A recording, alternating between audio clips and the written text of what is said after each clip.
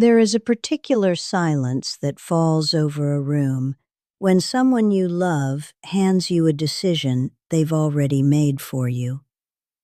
I know that silence. I've sat inside it. My name is Cordelia. I'm 79 years old, and 14 months ago, my daughter Vivian sat across from me at my dining room table. The same table where I've eaten breakfast every morning for 31 years. The same table where I helped her with geometry homework when she was 12. And she slid a laminated brochure toward me with both hands, like she was offering a peace treaty. Sunrise Manor, compassionate care for the journey ahead. I didn't pick it up. I couldn't. My hands were in my lap, and I was looking at the photograph on the cover. A white-haired woman sitting in a rocking chair by a window, a blanket over her knees, smiling at absolutely nothing. And something inside me went very still and very cold at the same time. Vivian was talking. Something about my episode in February, something about stairs and risk and peace of mind. She used the phrase proactive planning twice. She used the phrase quality of life once. And I noticed she didn't look at me when she said it. I had fainted. That was the episode. One morning in February, I stood up too fast from bed, and the room tilted, and I went down against the nightstand, bruised my shoulder, frightened myself, frightened Vivienne when I told her about it 2 weeks later, because I made the mistake of being honest. One fainting spell, one bruised shoulder, one moment of gravity being unkind, and now there was a laminated brochure on my table. I picked it up finally, flipped through it, photographed gardens, a dining room with round tables and electric candles, a hallway so wide and so beige it seemed to go on forever in both directions, like a dream you can't wake from. $4,200 a month, semi-private room, activities director, medication management. Vivian was still talking. I set the brochure down. "No," I said. She stopped. She had her mother's eyes, and right now they were full of something I recognized as guilt masquerading as concern. "Mom, no, I heard everything you said. The answer is no." She left an hour later. We didn't argue exactly, but the air between us was different when she walked out, thicker, uncertain, like weather before a storm that hasn't decided yet what it wants to be. I stood at my kitchen window and watched her car back out of the driveway, and I thought, she'll come back with a different brochure. She'll come back with numbers, statistics, a story about someone's mother who fell and wasn't found for 3 days. She loves me, and she's terrified, and she doesn't know what else to do, and neither, I realized with a lurching kind of panic, do I. Because she wasn't entirely wrong. That was the terrible part. The stairs were getting harder. The February episode had shaken me more than I'd admitted. I had canceled 3 things in the past month because I couldn't arrange a ride and didn't want to ask. I was eating cereal for dinner more often than I was eating actual meals. I was fine. I was genuinely fine. But I was also, undeniably, not entirely fine. But Sunrise Manor, that hallway, that beige. No, I didn't sleep well that night. I sat in the living room until past midnight, which I almost never do. And I thought about my friend, Augustina, who had moved into a place called Heronfield Gardens 3 years ago after her hip replacement. We had talked every week for 20 years, Augustina and I. And then she moved into Heronfield Gardens and somehow, gradually, then completely, the calls became shorter and then fewer, and then she stopped calling me back with any real urgency. And when I visited her last spring, she sat in a chair by a window that looked onto a parking lot and told me about the Tuesday craft program with the same flat affect she might have used to describe waiting for a bus in the rain. She was there, technically, present, accounted for. Her medications were managed, and her meals were prepared, and she was extraordinarily safe. She was also, I understood sitting across from her, disappearing. Not dying, disappearing.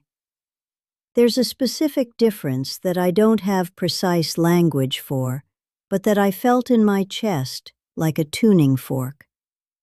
I went home from that visit and hugged my walls, literally. I stood in my hallway with my palms flat against the plaster, and I said out loud, to no one, to the house, "I'm not going anywhere." But I hadn't known that day what the alternative was. I'd said it the way you say things before you've thought them through, as defiance, not as plan. And now, sitting in my living room at midnight, with Vivian's brochure face down on my coffee table, I realized that defiance without strategy is just delay. I needed a plan, a real one. I started the next morning. I was not, I should say, a person who had ever been particularly good with the internet. My grandson Theo had spent an entire Thanksgiving teaching me to use something called tabs, plural, multiple windows open at once, and by the end of the evening I had somehow purchased a book I didn't want and sent an email I intended as a draft. But that morning I sat down with my laptop and I searched with the grim determination of someone who has run out of alternatives. I searched for hours. I followed one thread to another and another. I read things I didn't entirely understand, then read them again until I did. The first thing I found was something called an accessory dwelling unit program. Several cities, I learned, had started subsidized programs to help homeowners build small secondary units, sometimes detached, sometimes a converted garage, specifically designed for aging family members or trusted caregivers. You could, depending on your municipality, apply for partial funding or low-interest loans. The caregiver lived on your property. You stayed in your home. The arrangement was financial and practical and human in a way that Sunrise Manor was not. I wrote it down. I found something else, a model I hadn't heard of, hadn't imagined, a thing called a naturally occurring retirement community, or NORC. It wasn't a place you moved to. It was a recognition, formal, organized, that certain apartment buildings or neighborhoods had organically accumulated a large population of older residents. And rather than scattering them into facilities, some communities had begun bringing services directly to them. Social workers, health coaches, classes, transportation coordination, all organized around the fact that these people were already there, already home, already neighbors. They just needed the infrastructure of support to arrive where they were, instead of requiring them to leave where they were to find it. You stay. The help comes to you.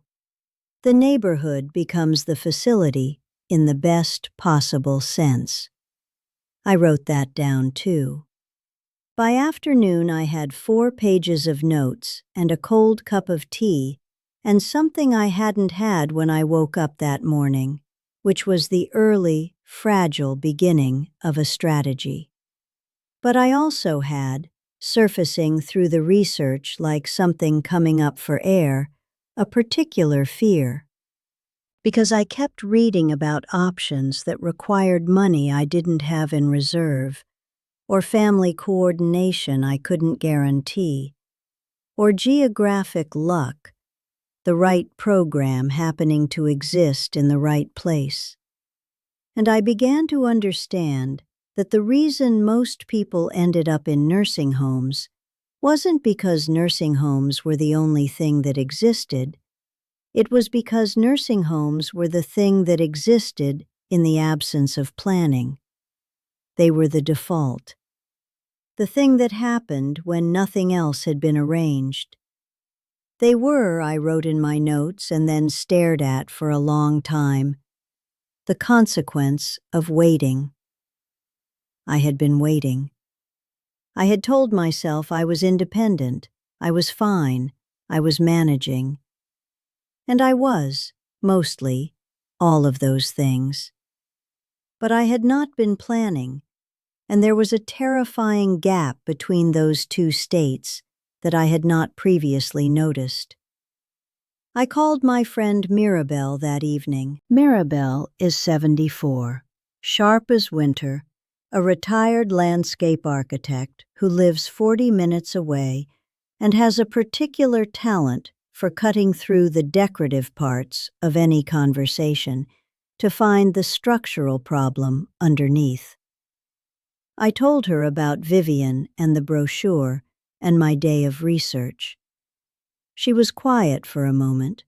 Then she said, "I found something last year that I should have told you about. I didn't because I thought it would upset you, which was condescending of me, and I apologize." I told her to tell me now. She had joined something called a time bank. It was a community exchange program, not specifically for seniors, though many of its members were older, in which people traded skills and services using time as currency instead of money. An hour of one thing was worth an hour of another thing, regardless of what that thing was. A retired attorney's hour drafting a letter was worth exactly the same as a retired gardener's hour pulling weeds. A younger member driving an older member to a specialist was worth an older member teaching that same young person to repair furniture, or make bread, or speak enough Italian to travel. Mirabelle had given 30 hours of garden consultation. In return, she had received rides, a plumbing repair she couldn't afford, twice-weekly check-in calls from a volunteer who was warm and funny and had become, genuinely, a friend. "Nobody's managing me," Mirabelle said. "Nobody's handling me. I'm participating. There's a difference." There was that word again. Difference. So much of what I was learning lived in the differences, between being cared for and being managed, between receiving help and surrendering to it, between support and replacement. I asked her how to find one. She sent me a link. I stayed up until 11 reading about it. The following week I drove. I still drive, short distances, in daylight, and I refuse to apologize for that. To a community center 30 minutes away, where a group of about 30 people, a wide range of ages, met on the second Tuesday of every month as part of something called a mutual aid collective for aging in place. It wasn't an official program. It wasn't funded by a corporation or a healthcare system or a concerned government initiative. It was a group of people, some of them older and needing occasional help, some of them younger and willing to provide it, some of them both, who had decided to organize themselves around a simple principle. You should be able to stay home if you want to stay home, and no one should have to manage that alone. A man named Beaumont, 71, former mechanical engineer, had started it 6 years ago after his wife's mother spent her final years in a facility she'd never wanted and they couldn't figure out how to avoid. He had the manner of someone who had converted grief into project, which is one of the more useful things a person can do with grief.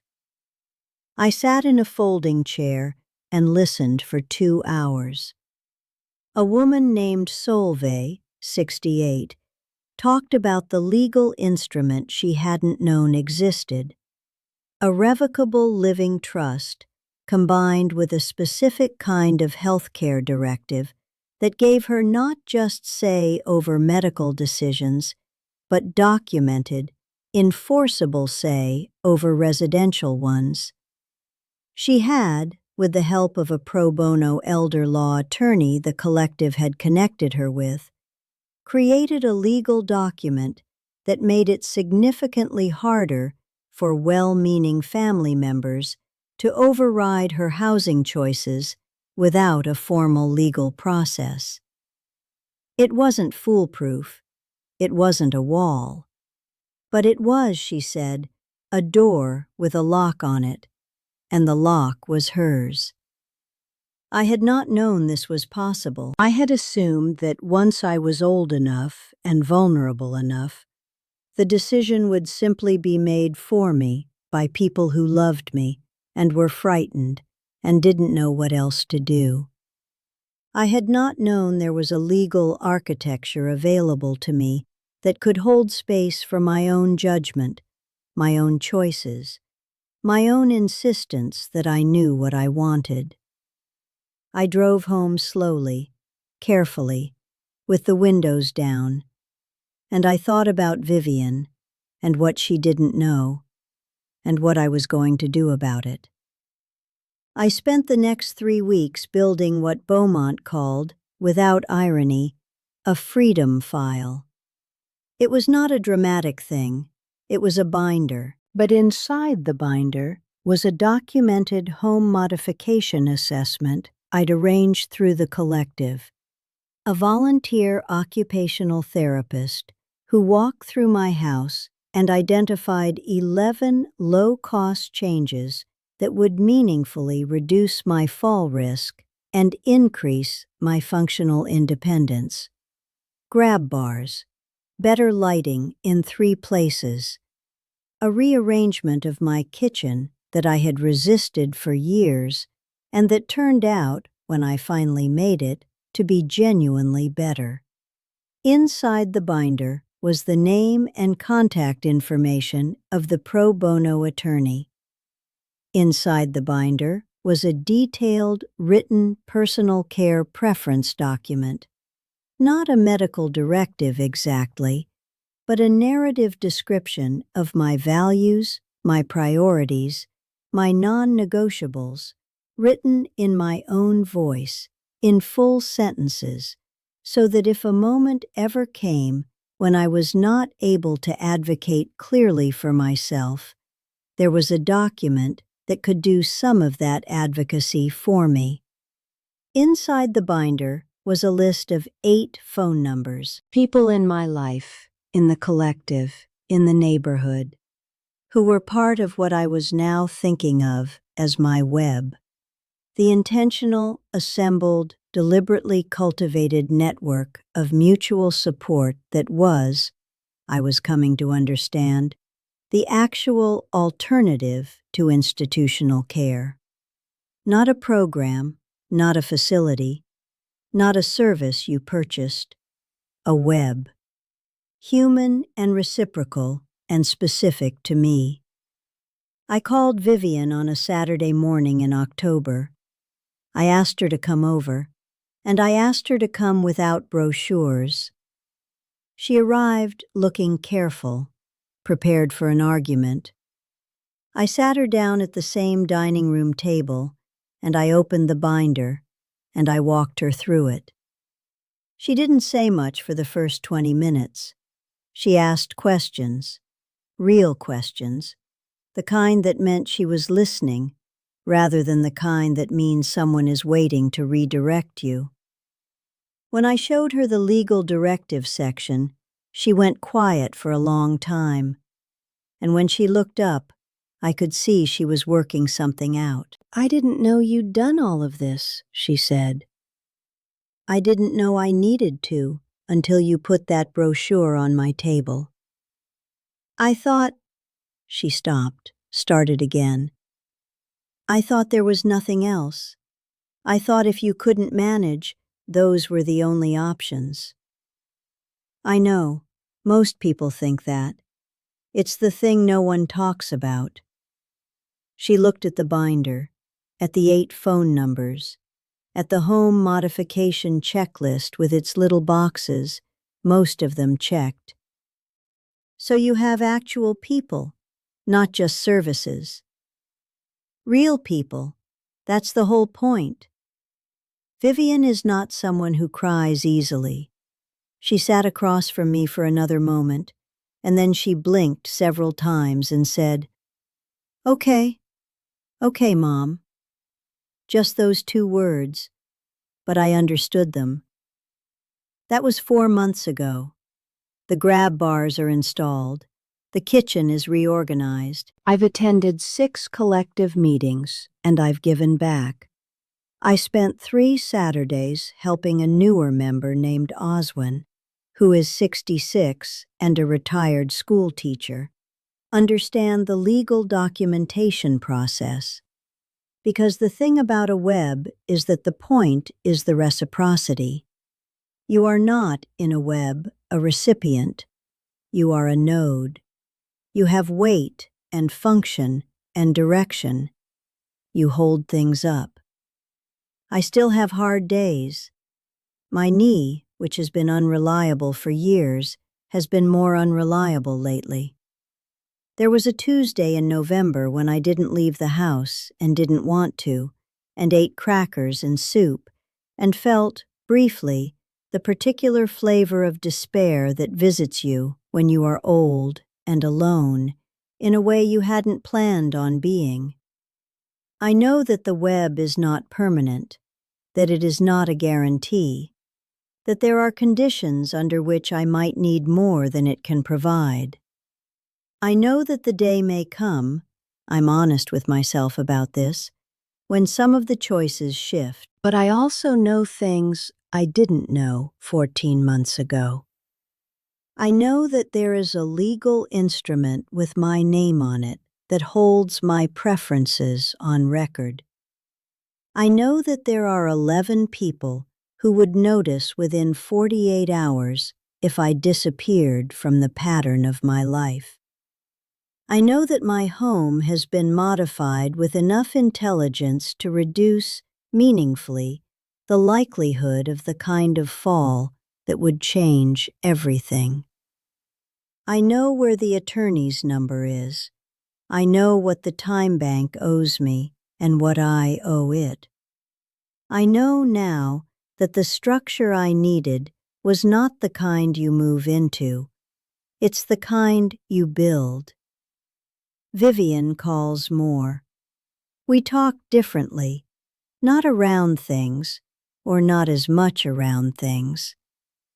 Last month, she told me she had mentioned the collective to her colleague, whose father is 77 and newly widowed, and struggling with what to do next. She said she'd sent the colleague the links I'd given her. She said the colleague had cried a little on the phone, out of relief. That's the thing about information that should exist and doesn't. When it finally arrives, people cry from relief. Not from sadness specifically, but from the particular release of having believed for too long that there were no options, that the walls were where they appeared to be, that the door with the lock was someone else's door. It isn't someone else's door. I made a document. I've shared it with everyone in my web, with Mirabelle, with Vivian, with Beaumont, with the newer collective members who are still in the early terrifying phase of figuring out that planning is the only thing standing between them and the default. It's everything I found and organized and learned in those weeks after the brochure landed on my table. The legal instruments, the programs by state, the model for building a mutual aid web from scratch, even if you're starting with 2 people. The questions to ask before you make any decision. The things no one tells you because they don't know, or because it's easier if you don't. It's in the comment, the pinned one, right at the top. I want to say something to you directly before I go.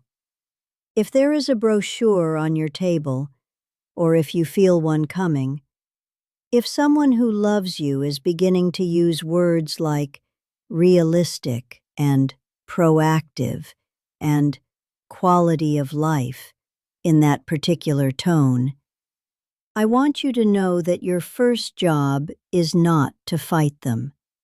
Your first job is to understand that they are afraid, and that fear without information becomes a bulldozer, and the answer to a bulldozer is not to stand in front of it.